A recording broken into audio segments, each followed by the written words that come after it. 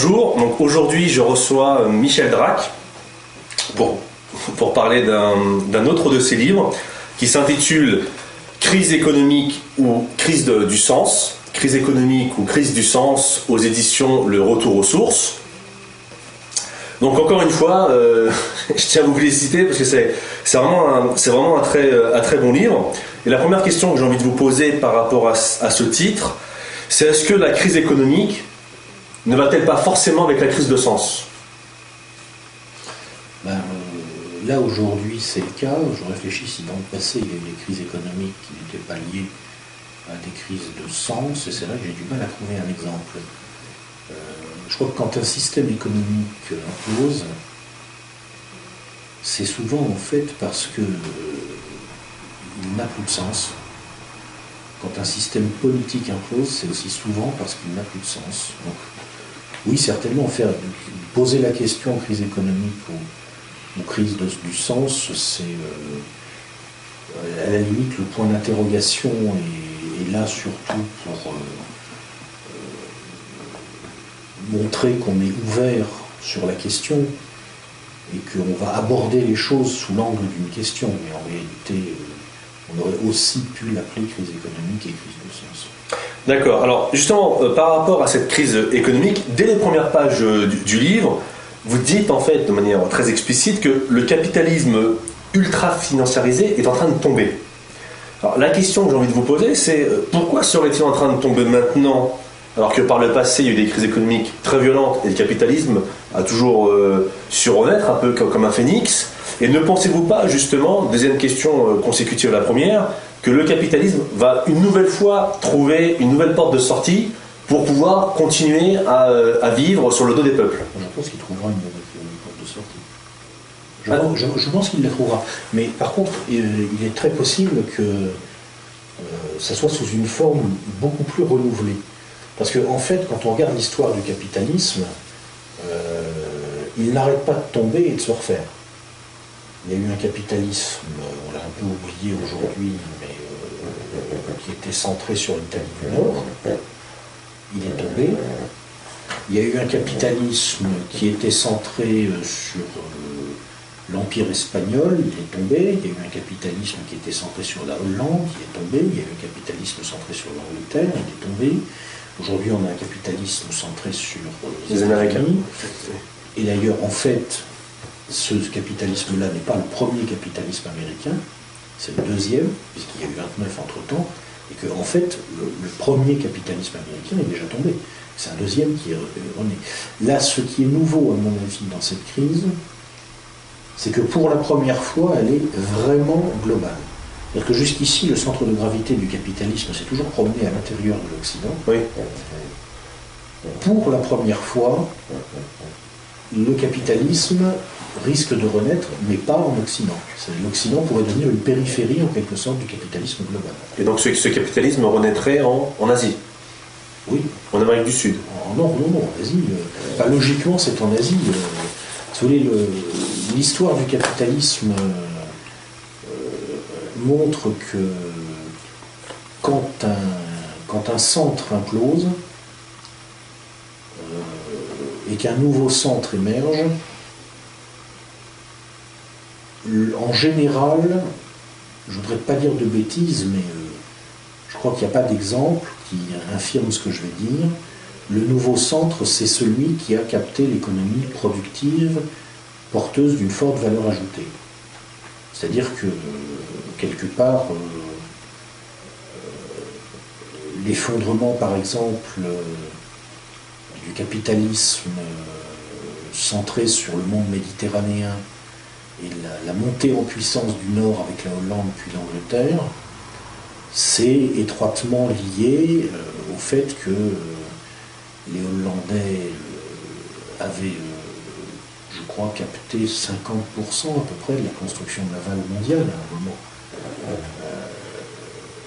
Aujourd'hui, qui a capté les segments de production à forte valeur ajoutée, qui est en train de les capter, qui est en train de se donner les moyens, si vous voulez,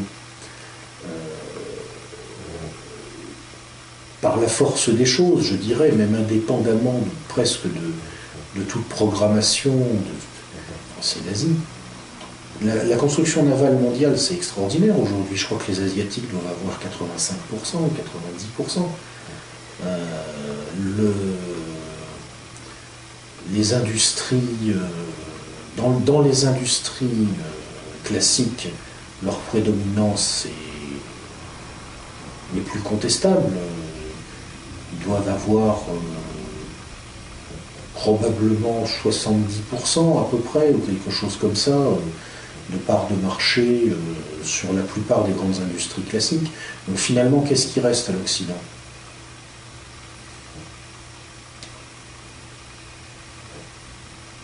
Qu'est-ce qui reste à l'Occident dans l'histoire ?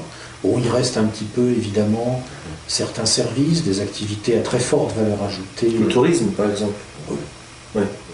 Le centre du capitalisme, c'est pas franchement par le tourisme qu'on le... Oui, qu'on leur annonce, c'est que il reste quoi ?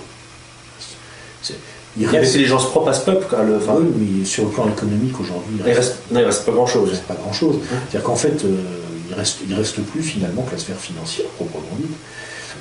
Bon, l'expérience montre que quand une économie se réduit à sa sphère financière, la sphère financière implose avec son soubassement. Et donc, le basculement du centre de gravité vers l'Asie me paraît inévitable. Sauf extraordinaire coup de théâtre, ou guerre, si vous voulez, guerre éclair qui changerait complètement le sens de l'histoire, mais sinon, ça me paraît inévitable. D'accord. Alors, dans votre livre, vous parlez à un moment donné de Joseph Fouché. Alors, vous ne le savez peut-être pas, mais j'apprécie beaucoup cette période de l'histoire de France qu'on appelle l'Empire. Et vous parlez de Fouché, en fait, et ce qui est assez intéressant, c'est que vous le définissez comme une personne qui a réussi à survivre à une époque troublée. Il survit à la Révolution, il survit au Directoire, enfin, il survit à toutes les étapes de la Révolution, il survit au Directoire, il survit à l'Empire, il survit d'une certaine façon à la Restauration. Et ce qui est intéressant, c'est qu'en plus de survivre, il reste toujours au pouvoir. Dans votre livre, dans votre livre, j'ai l'impression que vous avez une certaine admiration pour l'homme, mélangée avec un certain dégoût. Oui, c'est exactement ça. Fouché est extraordinaire parce que, vous savez, on a dit de Edgar Hoover que c'était le plus grand salaud d'Amérique. Et Fouché, ça a été pendant 25 ans, le plus grand salaud de France, je pense. Ah bon, carrément, d'accord. Enfin, c'est absolument odieux. Il faut quand même savoir que c'est quelqu'un qui est en cheville avec des espions britanniques, qui, au nom du patriotisme, va à Lyon réprimer une insurrection où il se comporte d'une façon telle que les SS à Oradour-sur-Glane, quoi, c'est du même ordre. Même Robespierre a dit qu'il avait été trop loin. Et Robespierre, qui lui est sans doute pas un personnage forcément très sympathique, c'est un fanatique et un coupeur de tête, mais qui lui n'est pas un salaud, est absolument accablé quand il voit le comportement de Fouché, parce que c'est complètement contre-productif, et on peut penser d'ailleurs que Fouché l'a peut-être fait volontairement sur ordre. Oui, ce que vous dites dans votre livre, pour décrédibiliser sur ordre des Britanniques, c'est très possible. Donc c'est quand même dégueulasse, je veux dire, c'est quand même un type qui tue des gens en se faisant passer pour un fanatique, alors qu'en réalité c'est un animal à sang-froid, qui travaille pour de l'argent et pour le compte des ennemis de sa patrie. Si c'est pas un salaud, bon, c'est quand même le plus grand salaud de France. Mais en même temps, on ne peut pas s'empêcher de l'admirer parce que il a une capacité à rebondir d'un réseau d'influence à l'autre qui est extraordinaire, et à telle enseigne, quand on réfléchit bien, que finalement il arrive à être dans cet art particulier encore plus brillant que Talleyrand lui-même, quoi. C'est-à-dire que Fouché, c'est quand même le seul type qui, pour ne pas être sur la liste des victimes de la Terreur blanche, fait la liste. Ouais. C'est quand même très fort. Alors, justement, par rapport à la répression de Lyon, pourquoi il aurait été payé par les Anglais? Donc, on en a un peu parlé, c'est-à-dire pour décrédibiliser la Révolution, mais quel était l'intérêt des Anglais de décrédibiliser la Révolution à ce moment-là? Les Anglais ont probablement financé la Révolution française. Oui. Avec la maçonnerie? Avec en soubassement. En soubassement. Ouais. avec divers réseaux d'influence. Ça, on en est sûr. On a même, je crois, c'est une lettre de Catherine II de Russie, où elle dit à je ne sais plus qui, il faut dire aux Anglais d'arrêter ce qu'ils font en France, parce que, bon, ça va, ils se sont vengés de la guerre d'indépendance américaine. Mais ça va trop loin. Mais ça va trop loin. Ouais. Et je pense que le but des Anglais, c'était que la France s'autodétruise de l'intérieur, et que pour ça, ils voulaient, en quelque sorte, que les factions soient les plus radicales possibles.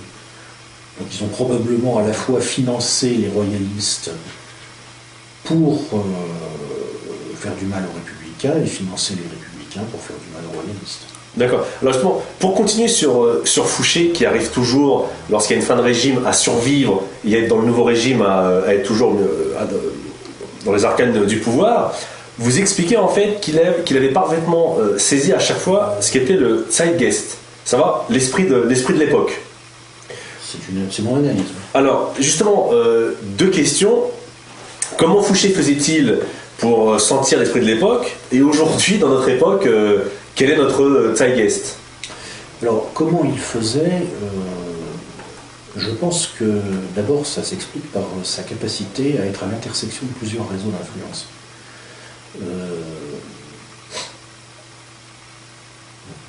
Ce qui est extraordinaire, c'est quand il est racheté par ses anciens copains révolutionnaires qui se mettent à avoir peur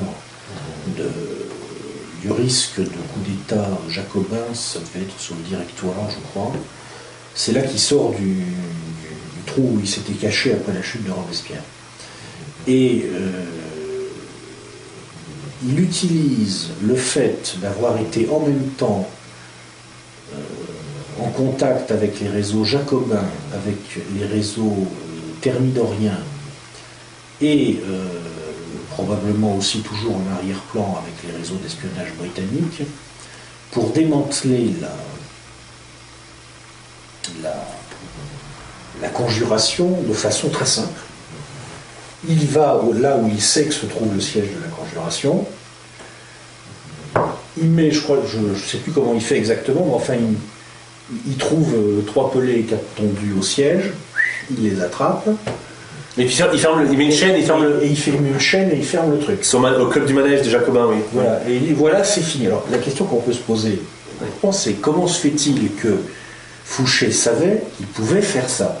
Parce que quelques années plus tôt, il aurait fait la même chose, mais il se faisait découper en rondelles par les sectionnaires parisiens en 2 temps 3 mouvements.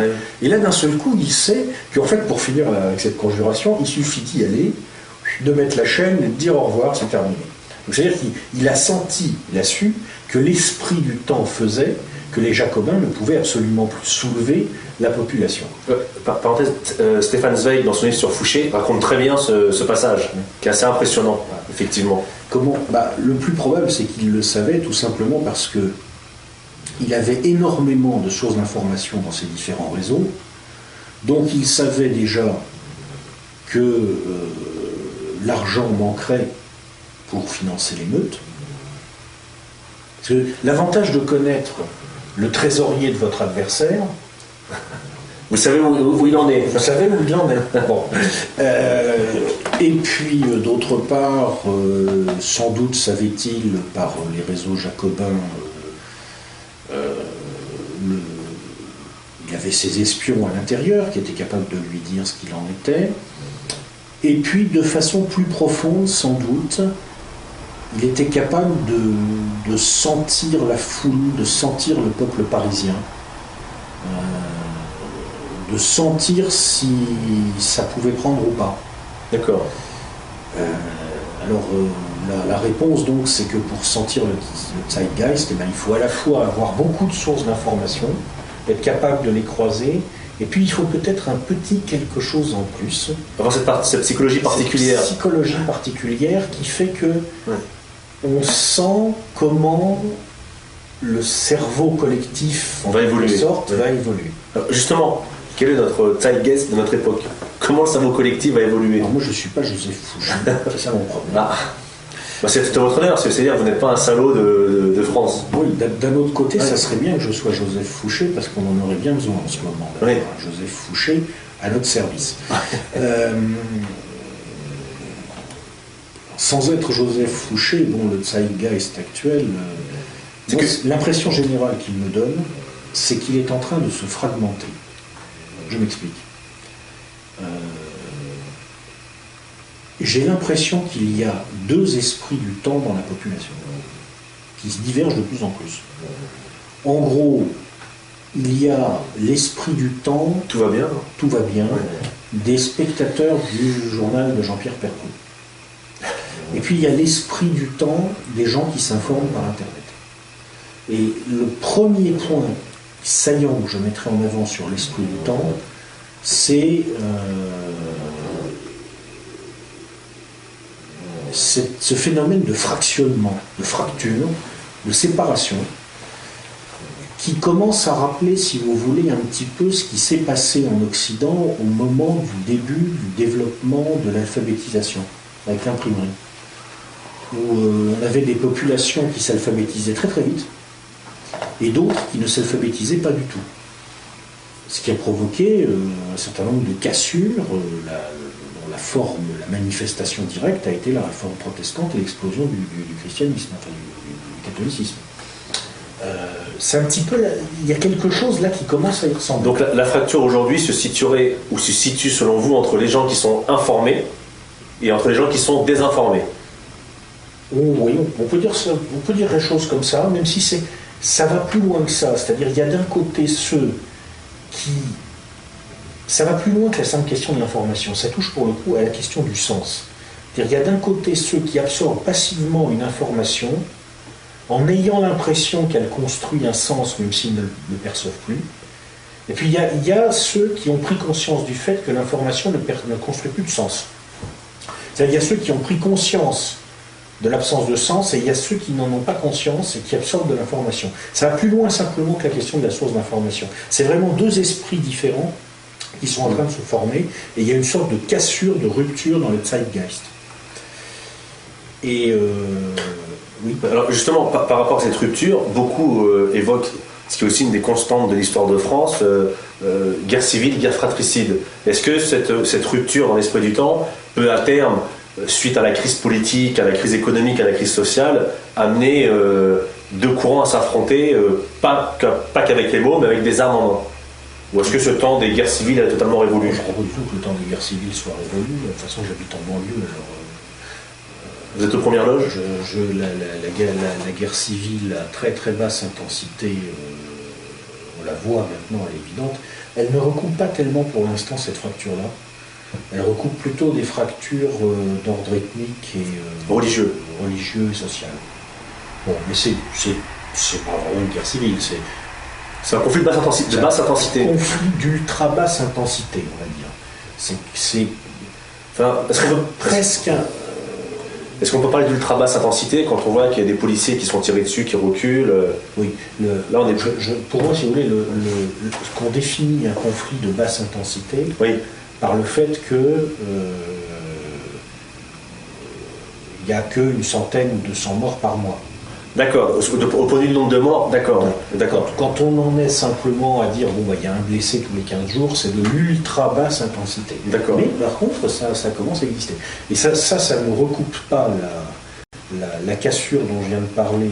Qui est une crise de sens profonde par rapport... Ça se passe à l'intérieur, plutôt, de la population qui est... aux marges, aux lisières de ce bloc de gens qui ne s'informent pas vraiment, et ça traduit plutôt la fragilisation, si vous voulez, du bloc des gens, j'allais dire, d'avant l'émergence, d'avant l'impact de l'Internet en quelque sorte, d'avant la modification de l'esprit du temps induit par ce que je viens de dire. Ça traduit plutôt la fragilisation de ce socle et la dislocation du sens à l'intérieur de ce socle que l'émergence de cet autre esprit qui est en train d'apparaître du fait, entre autres, de l'Internet. D'accord.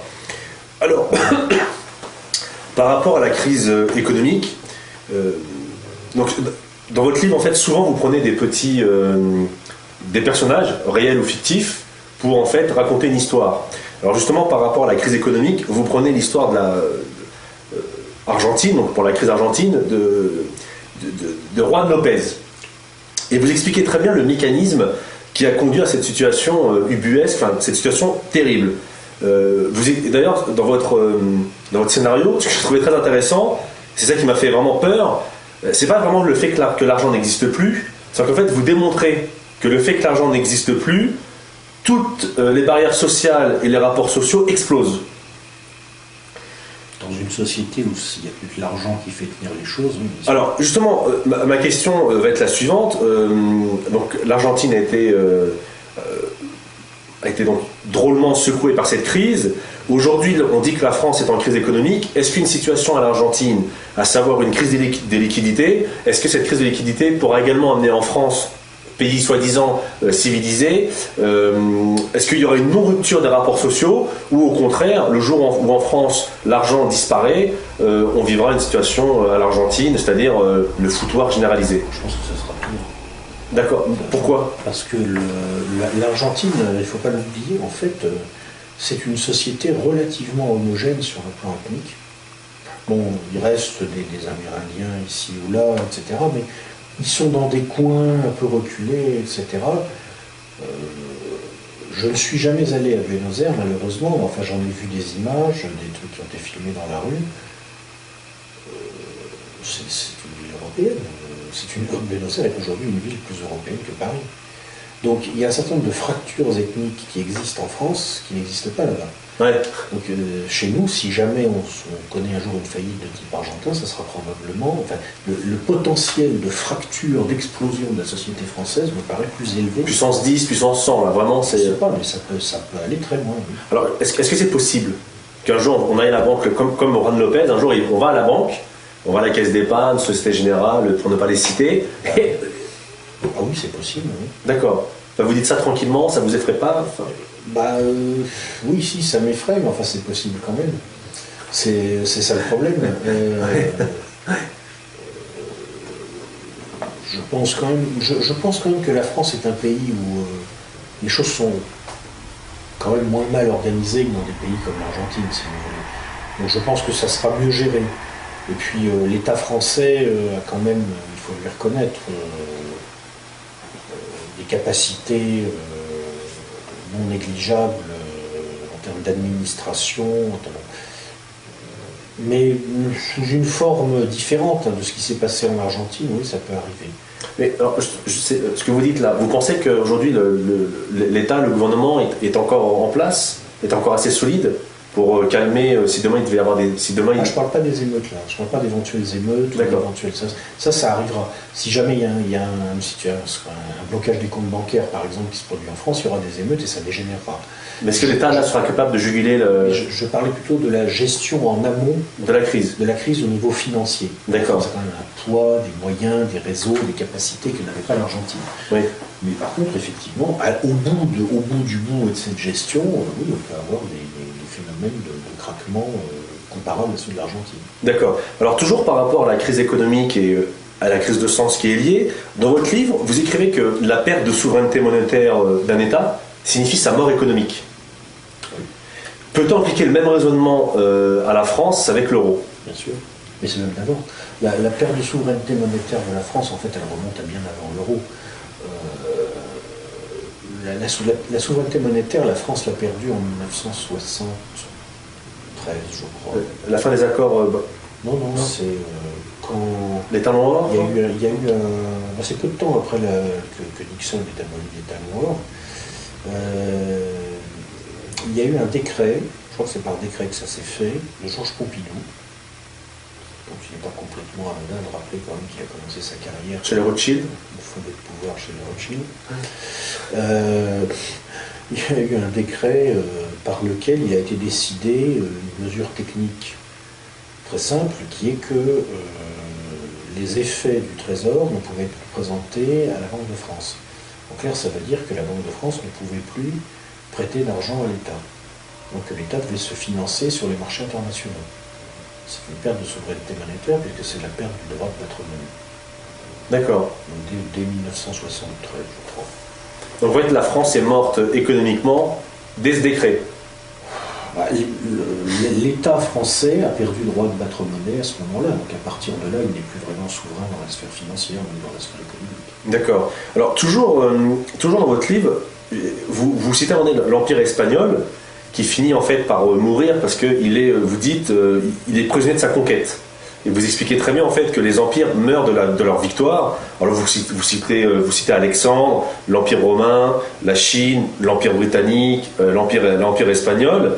Et en fait, à l'aune de cette réflexion, est-ce qu'on peut estimer que l'Europe, durant les 1500 dernières années, a d'une certaine façon dominé le monde, et qu'aujourd'hui on est en train de mourir de sa propre victoire, au point que les Russes disent que la France, par exemple, devient la colonie de ses colonies. Est-ce que l'Empire européen, tel qu'on le connaît, n'est-il pas mort, malheureusement, depuis suite aux deux guerres mondiales? Oui, je crois que c'est quasiment un truisme. D'accord, oui. On constatait que l'Europe, elle a été tuée, disons, on lui a porté un coup mortel entre 14 et 18.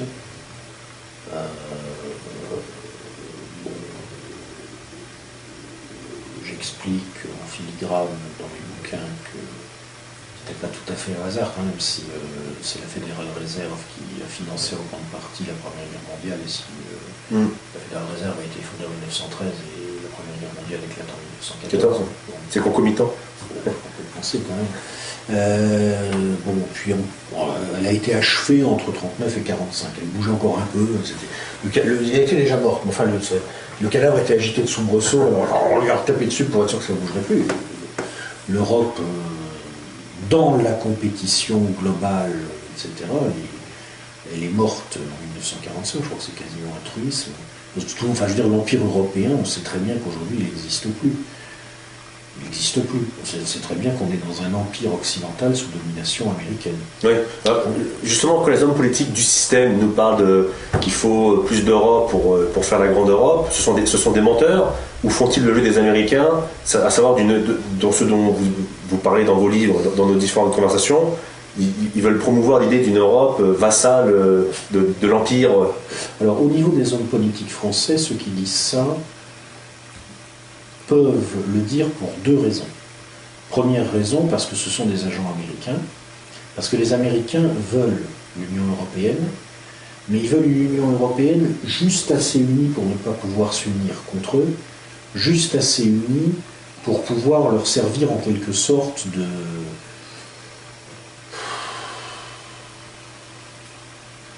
d'alliés fiables et bien mis sous contrôle. Donc ça, les politiques français peuvent dire ça pour une première raison qui est ça. Ils peuvent aussi dire ça pour une deuxième raison qui est, s'ils disent ça pour cette première raison, c'est parce qu'en fait ils sont... Vous dépend des pays pour. Voilà, ce sont des gens américains. Et il y a une deuxième raison qui est un petit peu différente. Ils peuvent aussi dire ça tout simplement parce que ça rapporte de l'argent au capital, y compris au capital français. L'Europe est une mauvaise affaire à ce stade pour les classes populaires, et c'est une bonne affaire pour les capitalistes européens. Donc la dimension économique prend le pas sur la dimension politique. Voilà. Ce qui est dangereux en fait. Ce qui est dangereux, en fait, la question c'est de savoir est-ce que ce sont juste des pantins payés par les très riches pour pouvoir manipuler les peuples, ou est-ce que ce sont aussi des traîtres au service des très riches étrangers uniquement? Je ne sais pas la réponse. Est-ce que ce sont des pantins classiques des régimes dits de démocratie bourgeoise, ou est-ce que ce sont systématiquement des agents d'influence de l'Empire? Par exemple, Sarkozy, c'est un agent d'influence de l'Empire, ça, il n'y a pas de question. Il y en a beaucoup sur lesquels on ne sait pas très bien. Comme qui? Dupont-Aignan, par exemple, Nicolas Dupont-Aignan, il y a des doutes. J'ai pas l'impression que Dupont-Aignan produit l'Europe. Oui, mais quand même, il était formé, il est membre de la Fondation américaine. Ça peut être un opposant stipendié. Oui. Je ne sais pas, je ne le connais pas, je n'ai pas étudié le dossier, oui, je ne peux pas porter de jugement, je ne connais pas ce monsieur. Je ne sais pas exactement ce qu'il dit, pourquoi il dit, puis il n'est pas très important. Non, je pensais plutôt, par exemple, aux prises de position en faveur de l'Europe, des gens qui étaient dans la tendance Chirac au sein de... Villepin. Oui, Villepin. Pourquoi Villepin est-il européiste? C'est pas par atlantisme. Ou alors, on a compris. Donc ça doit être plutôt tout simplement parce que c'est les intérêts du capital européen. D'accord. Alors, toujours dans votre livre, il y a quelque chose que j'ai vraiment trouvé intéressant et c'est pour ça vraiment qu'il faut le lire. C'est vous expliquer en fait que les systèmes de représentation continuent d'exister dans la tête des gens, même si ces systèmes n'existent plus dans la réalité. Et vous prenez par exemple, vous citez le mur de Berlin, pardon. Est-ce qu'on peut dire la même chose, à savoir de la République en France, à savoir qu'elle est morte depuis longtemps, parce qu'elle n'arrive plus à... sa mission originelle, elle n'arrive plus à l'assumer, mais que malgré tout, son système de représentation, les élections présidentielles et les élections municipales, qui fait la République, ça continue d'exister dans la tête des gens, mais au fond d'elle, la République est déjà morte. Est-ce qu'on peut aussi dire ça de l'Union européenne? C'est-à-dire que l'Union européenne continue d'exister dans la tête des gens, mais quand on demande en fait aux Européens ce qu'ils pensent de l'Union européenne, en général, les votes lui sont défavorables. Donc est-ce que ces deux systèmes de représentation sont-ils déjà morts ou pas? Alors moi je disais ça surtout l'histoire du fait qu'un système de représentation peut perdurer après sa mort, pour parler de l'illusion dans laquelle sont aujourd'hui les Occidentaux du maintien d'une domination occidentale sur le monde. Dans l'illusion que sont aujourd'hui les Occidentaux, du fait que parce que l'Occident maîtrise encore les principales places financières, l'Occident est encore la première puissance économique du monde. Donc c'était dans cette optique-là que je le disais. Après, évidemment, on peut aussi poser la question sur les sujets... On peut l'étendre... La République française aujourd'hui, bon, elle continue quand même à exister comme un système, comme quelque chose qui administre. Après, mon opinion personnelle est qu'elle n'est plus française. Depuis l'élection de Sarkozy, elle n'est plus française. Ça fait longtemps en fait qu'elle ne l'était plus, mais maintenant ça se voit. Avant, ça se voyait pas, mais maintenant il n'y a plus de doute. Maintenant ça se voit. On voit bien que c'est un proconsulat de l'Empire. Ils ont gardé Marianne, le drapeau, pour qu'on ne voit pas qu'en fait on est une colonie. Mais enfin, bon, c'est évident, on est une colonie. Donc, est-ce qu'on peut dire par exemple que Sarkozy était, à l'image d'Arnold Schwarzenegger, Sarkozy est gouverneur de l'État français pour... Oui, c'est à peu près ça. Ouais. C'est à peu près ça. Disons qu'il a peut-être un petit peu plus de marge de manœuvre, mais pas beaucoup plus. D'accord. Donc, aujourd'hui, on a l'impression que la France, l'Allemagne, les États-Unis, tout ça, ça existe encore, et d'une certaine façon, ça existe. Mais en réalité, si on remonte aux forces qui ont vraiment le pouvoir, ouais, c'est d'accord. C'est de l'illusion. D'accord. Alors, et le système de représentation Europe, Union européenne, est-ce qu'on peut dire qu'il est déjà mort? C'est à chaque fois que... Est-ce qu'on peut dire qu'il n'a jamais vécu déjà? C'est la première question. Oui. L'Union européenne, déjà c'est pas une union, parce qu'en fait on voit très bien qu'il y a une superstructure qui s'impose, et des gens en dessous qui ne sont pas très unis entre eux.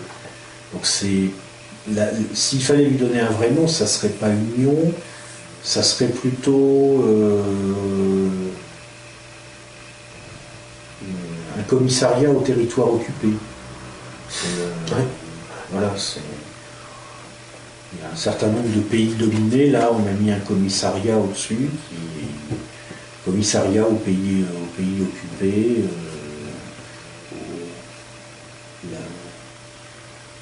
comment dire, l'agence par laquelle l'Empire administre ses vassaux. Quoi. Donc déjà, la notion même d'Union européenne, de toute façon, ça n'a jamais existé. Il faudrait peut-être que ça existe. Moi, je ne suis pas du tout opposé à l'avancement d'une véritable Europe, si vous voulez. Mais là, aujourd'hui, c'est pas du tout de ça qu'il s'agit. Ce n'est qu'un leurre. Alors, d'accord. Alors justement, par rapport à... C'est un leurre, parce que justement, c'est ça qui est intéressant, c'est qu'aujourd'hui, il y a eu une crise économique, parce que tous les repères économiques étaient en fait en décalage avec la réalité. Donc, est-ce que demain, on pourra revenir à une économie du réel? Ou est-ce qu'aujourd'hui, on est passé dans une autre dimension et c'est terminé? Alors, le rêve de notre classe dirigeante, c'est qu'on ne revienne jamais à l'économie du réel. C'est qu'on puisse indéfiniment fabriquer de la valeur comptable sans jamais avoir à rendre de compte sur la richesse réelle. Ça, c'est leur rêve, c'est un fantasme. Ouais. Il y a une dimension psychopathologique, hein, c'est ce que j'explique dans le bouquin. Il y a une dimension psychopathologique dans ces classes dirigeantes. Ils sont dans une paraphrénie, dans un monde parallèle qu'ils ont fabriqué, et le réel ne passera pas. Le monde parallèle, c'est la réalité, puisque c'est leur monde à eux. Et dans leur esprit, le réel, j'allais dire, c'est-à-dire ce qui préexiste à l'observation, ce qui préexiste à la formulation de l'observation, ce qui s'impose comme un fait, indépendamment du système de représentation, ça n'existe pas. Donc, il n'y a pas d'exemple qu'on puisse très longtemps nier le réel. Donc le réel finira par revenir. D'accord. Alors, d'ailleurs, ça vient, c'est dans les tuyaux. Le retour du réel, il est pour bientôt. D'ailleurs, beaucoup de mouvements politiques aujourd'hui appellent au retour du localisme. On peut dire, est-ce que c'est un retour du réel, ça ? Ce qui est marrant, c'est ce qui va se passer le jour où les États-Unis ne pourront plus continuer, comme ils le font actuellement, à se maintenir par la croissance de l'endettement. Donc ils vont être renvoyés à une équation très simple qui est que sur la longue durée, on ne peut consommer que ce que l'on produit. Ça va les renvoyer à une autre équation, c'est que quand on ne sait plus produire, il faut du temps pour réapprendre. Donc ils vont crever la dalle pendant un certain nombre d'années. Ça va faire mal. Nous aussi. Un peu moins, je crois. Alors, pour essayer de finir sur une note positive, dans votre livre, vous évoquez Ludwig Erhard, donc je ne sais pas si je prononce bien, et la Stunde Null, l'heure zéro, en 1948. Est-ce que vous pourriez rappeler aux internautes ce que c'est l'heure zéro? Et question positive pour terminer, double question, pour sauver l'économie française, est-ce que ça ne serait pas une bonne solution? Alors, je vais d'abord répondre tout de suite à la deuxième partie de la question. Ah, d'accord. Pour faire ce qu'a fait Erhard en 1948, il faut être en Allemagne en 1948. C'est-à-dire que l'Allemagne en 1948, il n'y a plus rien. Dresde, c'est un champ avec des herbes folles et des pierres qui s'empilent ici ou là. Bon, tout le pays n'est pas dans l'état de Dresde. Heureusement d'ailleurs. Heureusement, mais bon, c'est un champ de ruines. En 1947, je crois, je ne sais plus le chiffre exact, mais je crois qu'on estime qu'il y a à peu près 1,5 million d'Allemands qui sont morts de faim et de froid. Il faut voir le contexte. Bon. Dans un contexte comme ça, on peut faire ce qu'a fait Erhard en 1948, parce que en quelque sorte, on a en face de soi une société tellement traumatisée, tellement arasée, que on peut y aller franchement. De toute façon, ça ne peut pas être pire. Donc les gens ne vont pas se révolter si on leur propose quelque chose de complètement nouveau, puisque ça ne peut pas être pire que ce qu'ils ont déjà. Là, aujourd'hui, on n'est pas du tout dans le même contexte, donc on ne peut absolument pas imaginer de faire en France ce qu'a fait Erhard en 1948. Je cite dans le bouquin ce qu'a fait Erhard, parce que la solution qu'il a choisie dit quelque chose d'intéressant sur la façon dont un système économique fabrique du sens. Comment il a fait? L'Allemagne crevait, entre autres choses, du marché noir. C'était, pour beaucoup d'Allemands, le seul moyen de se nourrir à peu près décemment. Les trafiquants du marché noir avaient amassé des brouettes de monnaie émises par l'occupant. Je crois que chaque zone avait sa propre monnaie, enfin c'était un chaos monétaire, un bordel absolument incroyable. Et il était impossible de faire redémarrer l'économie allemande tant qu'il existait cette espèce de capital noir qui ressemble un peu, mutatis mutandis, sous une forme complètement différente, à une échelle complètement différente, à tout ce qui est entassé aujourd'hui dans nos paradis fiscaux. Ouais.